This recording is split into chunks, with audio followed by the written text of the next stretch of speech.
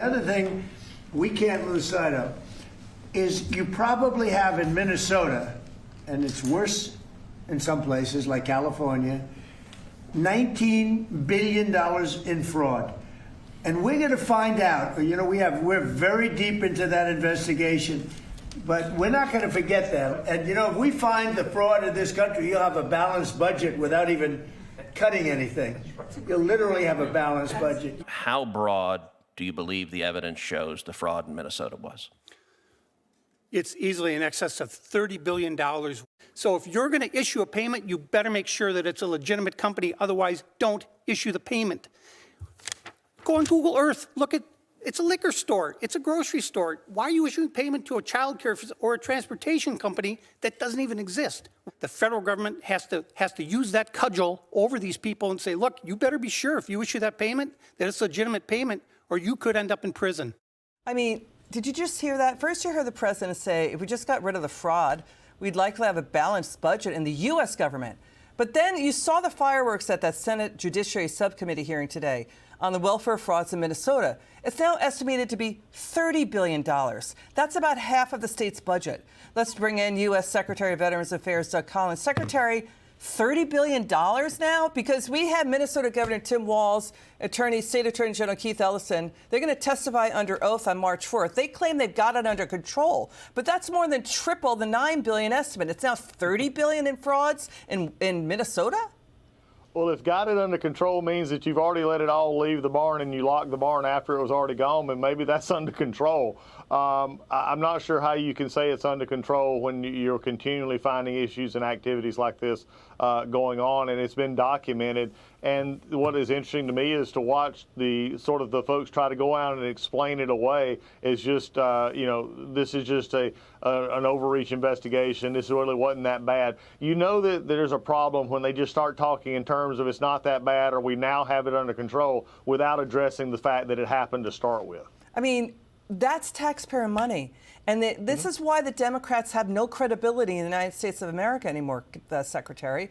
Americans know that their taxes have gone up and up and up. But why? Because Democrats are not watching the store. I mean, even the New York Times is saying California's problems are so bad, it's going to ruin Governor Gavin Newsom's run for the White House in 2028. I mean, about 2 million left since 2015. The nation has the worst income tax rates. So this is also hitting California. What are you expecting when it comes to fraud investigations in California? Well, I think you're going to probably see a lot of the same kind of stuff coming up. Look, this goes back to my years in Congress when I was there, and we would talk about this. Everybody, knows that when you have budgets the size of ours, you have money going out at times that are unchecked.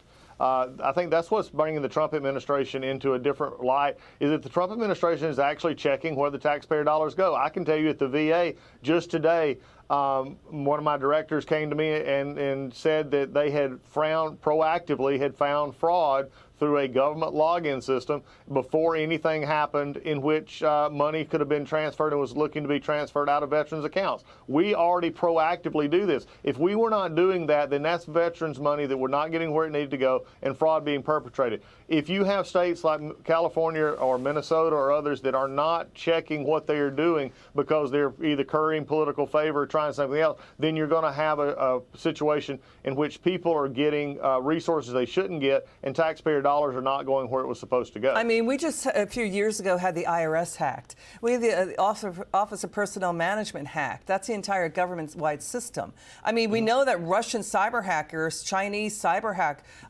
farms, also Southeast Asia are riddled with cyber hacking farms. I'm not sure why Democrats don't have their hair on fire when it comes to moms and pops out there and their families struggling to make a buck, and they have to pay taxes because these people are not watching the store. Watch CMS Chief Dr. Oz here exposing the California hospice care racket on Newsom's watch. Nearly 2,000 hospice agencies, more than 3 dozen states combined, 30 times the number in Florida with less senior citizens. Watch this. In this 4-block area in Los Angeles, there are 42 hospices.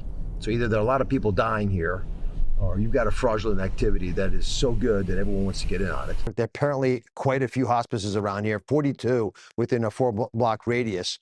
And these guys stole $16 million, listen carefully, The main guy went to jail for 2 years for stealing $16 million, which is a good trade-off for a lot of folks. There wasn't anyone really in there. They weren't doing any services. What we have learned is there's roughly $3.5 billion of fraud taking place here in Los Angeles in hospice and home care. It's run quite a bit of it by the Russian Armenian mafia. Unfortunately, in California, there has not been a lot of attention on these problems. That's going to change.